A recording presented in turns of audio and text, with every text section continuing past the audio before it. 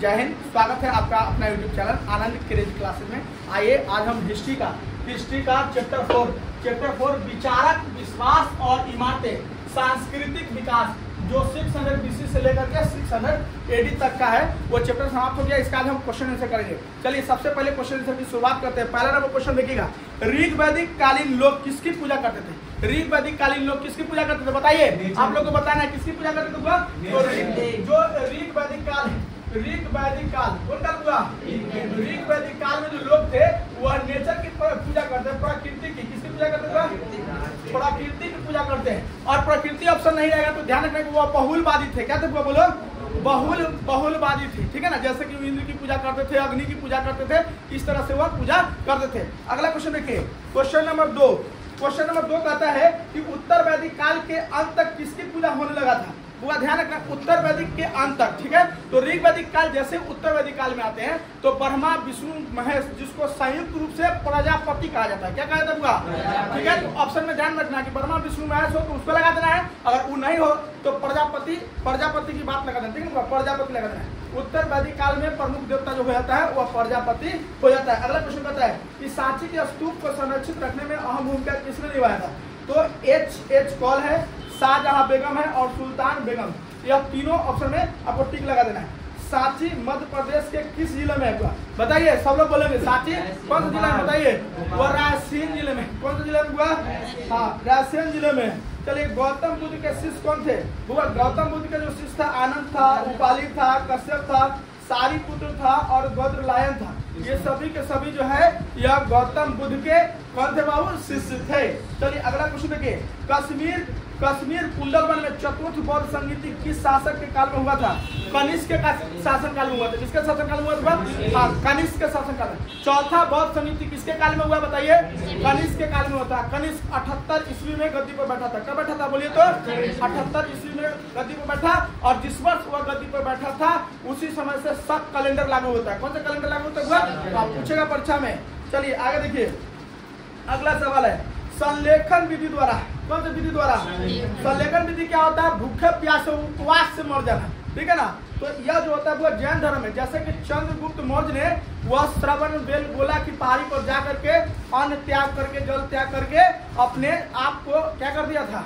अपने शरीर को त्याग दिया था। इसी को कहा जाता है संलेखन विधि। क्या विधि कहा जाता है?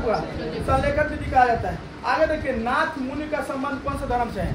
वैष्णव धर्म से। कौन सा धर्म से हुआ? चलिए इंग्लिश मीडियम वाले बच्चा क्वेश्चन को मिलाइएगा और उसको पढ़िएगा। 9 नंबर क्वेश्चन देखिए, कालिदास, भवभूति, सुबंधु, बाणभट्ट आदि किस धर्म के अनुयायी थे? इस सब के सब शैव धर्म के था। कौन धर्म के था हुआ? शैव धर्म के अनुयायी था। अपार सुंदर मूर्ति नंदन का संबंध किस धर्म से? शैव मत से। अपार सुंदर मूर्ति और नंदन का संबंध जो है वो किस धर्म से बताइए? शैव मत से। भवभूति के मालती माधव में किस संप्रदाय का उल्लेख है? अगला क्वेश्चन 11 नंबर ध्यान रखिएगा। भवभूति के जो मालती माधव किताब है उसमें कौन सा संप्रदाय के बारे में लिखा गया बोलिए? हाँ, उसमें कपाली के बारे में लिखा गया। किसके बारे में लिखा गया? कपाली के बारे में। 12 नंबर क्वेश्चन देखिए, बाणभट्ट ने कादम्बरी ग्रंथ की जो रचना किया है उसमें किसका उल्लेख है? बाणभट्ट ने कादम्बरी का उल्लेख किया है, उसमें पाशुपत संप्रदाय के बारे में लिखा हुआ। किसके बारे में लिखा हुआ? पाशुपत संप्रदाय के बारे में लिखा हुआ है। चलिए, महात्मा बुद्ध को ज्ञान की प्राप्ति कहाँ हुआ था बोलिए? बोध गया में। कहाँ पर हुआ था? बोध गया में। अगला क्वेश्चन है, श्वेतांबर और दिगंबर का संबंध किस धर्म से बोलिए? कौन सा धर्म से है? श्वेतांबर और दिगंबर का संबंध किससे बताइए? जैन धर्म से। ठीक है, चलिए अगला क्वेश्चन है 15 नंबर, वीरशैव जिसको हम लोग लिंगायत कहते हैं। ठीक है, लिंगायत आंदोलन के जनक कौन था बताइए? बासवन्ना। क्या बोलो? बासवन्ना या बासव। लिंगायत संप्रदाय के संस्थापक कौन था बताइए? बासवन्ना या बासव। 16 नंबर क्वेश्चन देखिए, बौद्ध परंपरा के अनुसार अशोक ने कितने स्तूप बनवाया था? बौद्ध परंपरा के 84,000 स्तूप बनवाया। कितना स्तूप बनवाया हुआ? 84,000 स्तूप उसने बनवाया था। हीनयान पुस्तकें किस भाषा में है? पाली भाषा में। हीनयान जो पुस्तक है कौन सी भाषा में? पाली भाषा में। अगला क्वेश्चन क्या है, धर्म ग्रंथ सूत पिटक किस धर्म से संबंधित है? सूत पिटक बौद्ध धर्म से संबंधित है। किससे संबंधित हुआ बोलो? बौद्ध धर्म। सूत पिटक है ना, जिसमें बौद्ध का सिद्धांत दिया हुआ है।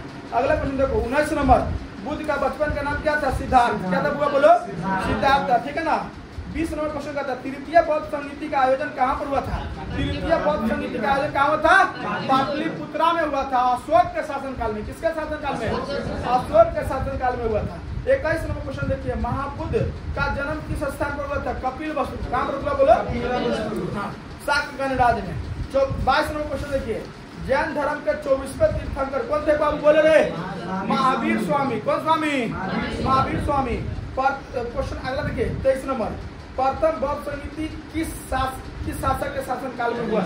किसके शासन काल में हुआ? बोलो, अजात शत्रु के शासन काल में। ठीक है ना, 483 मेरे बाबू। आगे देखो 24 नंबर क्वेश्चन देखिए, 24 नंबर क्वेश्चन कहता है कि प्राचीन भारत विश्वविद्यालय, प्राचीन भारत का विश्व प्रसिद्ध विश्वविद्यालय कहाँ पर था? नालंदा में। कहाँ था हुआ? चलिए अगला 25 नंबर क्वेश्चन देखो, त्रिपिटक साहित्य किस धर्म से संबंधित है? कौन सा धर्म से संबंधित है? बोलेगा सब बोलो, बौद्ध धर्म से। त्रिपिटक यानी 3 पिटारा, 3 टोकरी। क्या टोकरी? हाँ, 3 टोकरी, वह बौद्ध धर्म से संबंधित है। ध्यान रखना, 3 पिटारा, उसमें विनय पिटक है, अभिधम पिटक है, सूत पिटक है। क्या पिटक हो गया? 3 पिटक हो गया। हीनयान और महायान, कौन कौन यान बोलो? हीनयान और महायान, वह किस धर्म से संबंधित है? बौद्ध धर्म से संबंधित है। किससे संबंधित है? बौद्ध धर्म से संबंधित है।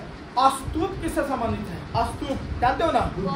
हाँ, अस्तूप जो है बौद्ध धर्म से संबंधित है, जो अर्धवृत्ताकार संरचना होता है, अस्तूप है ना। चलो आगे देखो, अगला क्वेश्चन है 28 नंबर क्वेश्चन, महावीर स्वामी के पुत्री अनुज्या प्रियदर्शना का विवाह किससे हुआ था? बताइए। जमाली से हुआ था। किससे हुआ था बुआ? तो सवाल ऐसे भी पूछ सकता है कि महावीर स्वामी का जो दामाद था वह कौन था? जमाली। कौन था बुआ?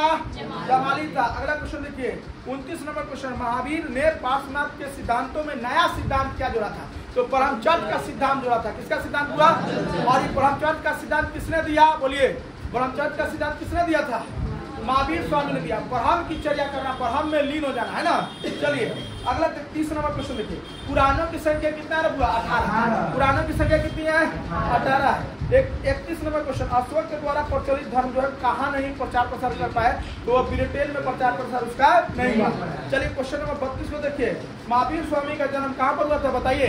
कुंडलग्राम में। कहाँ पर हुआ था बुआ? वैशाली के, आप सॉरी वैशाली के कुंडग्राम कहिए। कौन सा ग्राम? कुंडग्राम। ध्यान रखिए। आगे कहता है 33 नंबर क्वेश्चन, प्राचीन भारत में धर्म की शुरुआत किस शासक ने किया था? धर्म की शुरुआत बोलिए। धर्म की शुरुआत जो है अशोक ने किया था। किसने किया था बुआ? अशोक ने किया था। चौथी बौद्ध संगीति किसके शासनकाल में हुआ था? कनिष्क के शासनकाल में। किसके शासनकाल में? 35 नंबर क्वेश्चन देखिए, वेदों की संख्या कितना है बुआ? बोलो। और सबसे पुराना वेद कौन है बताओ? ऋग्वेद है। 36 नंबर क्वेश्चन देखिए, बुद्ध चरित्र की रचना किसने किया था? अश्वघोष ने। किसने किया था बुआ? बुद्ध चरित्र की रचना किसने किया? अश्वघोष ने किया। 37 नंबर क्वेश्चन देखिए, जैन धर्म के प्रथम तीर्थंकर कौन थे? ऋषभदेव। कौन थे बुआ? ऋषभदेव। 38 नंबर क्वेश्चन, बुद्ध का जन्म कहाँ हुआ था? लुम्बिनी में। कहाँ पर हुआ? बुद्ध का जन्म कहाँ पर हुआ? बोलो। लुम्बिनी में हुआ था। अगला क्वेश्चन है 38 के बाद कितना देगा? 39, प्रथम बौद्ध संगीति कहाँ पर हुआ था? बताइए। राजगीर में। कहाँ पर हुआ था? प्रथम बौद्ध संगीति कहाँ हुआ? राजगीर में। अजात शत्रु के शासनकाल में। ध्यान रखना है। 40 नंबर क्वेश्चन, महावीर स्वामी का जन्म 540 ईस्वी पूर्व में। कब हुआ? बोलो। 540 ईस्वी में। 41 नंबर क्वेश्चन क्या करता है? देखो 41 नंबर क्वेश्चन, दिगंबर और श्वेतांबर। दिगंबर और श्वेतांबर किस धर्म से संबंधित है? बोलिए। जैन धर्म से संबंधित है। सब बोलेगा, ठीक है। 42 नंबर क्वेश्चन देखिए, निम्नलिखित में से कौन सा महावीर का एक मूल नाम था? ओरिजिनल नाम जो उनका था वो वर्तमान था। क्या था वो? बोलो। वर्तमान, जो बचपन का भी नाम था। कहाँ का नाम था? बचपन का। 43 नंबर क्वेश्चन, किस पेड़ के नीचे महावीर को ज्ञान प्राप्त हुआ था? बताइए। साल वृक्ष के नीचे। कहाँ हुआ?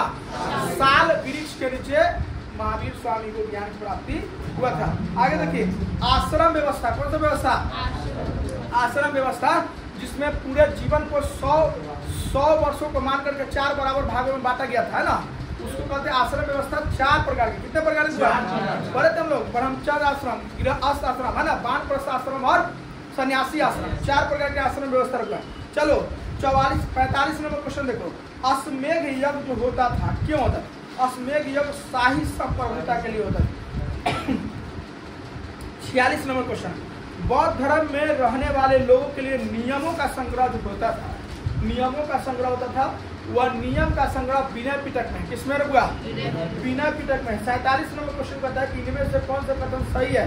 बुद्ध ने कुशीनगर में महानिर्वाण की प्राप्ति की। बात सही गलत है?